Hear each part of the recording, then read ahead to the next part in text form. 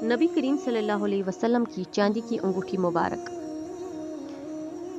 अनस बिन मालिक बयान करते हैं कि रसूलुल्लाह सल्लल्लाहु अलैहि वसल्लम ने किसी बादशाह के नाम दावत इस्लाम देने के लिए एक खत लिखा या लिखने का इरादा किया तो आप सल्लल्लाहु अलैहि वसल्लम से कहा गया कि वो बगैर मुहर के खत नहीं पढ़ते, यानी बे मुहर के खत को मुस्तनद नहीं समझते। तब आप सल्लल्लाहु अलैहि वसल्लम ने चांदी की अंगूठी बनवाई जिसमें मोहम्मद रसूलुल्लाह सल्लल्लाहु अलैहि वसल्लम कंधा था। गोया मैं आज भी आप सल्लल्लाहु अलैहि वसल्लम के हाथ में इसकी सफ़ेदी देख रहा हूँ।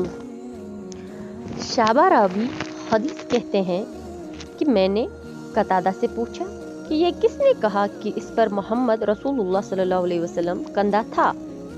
उन्होंने जवाब दिया, अनस रज़ियल्लाहु अन्हा ने।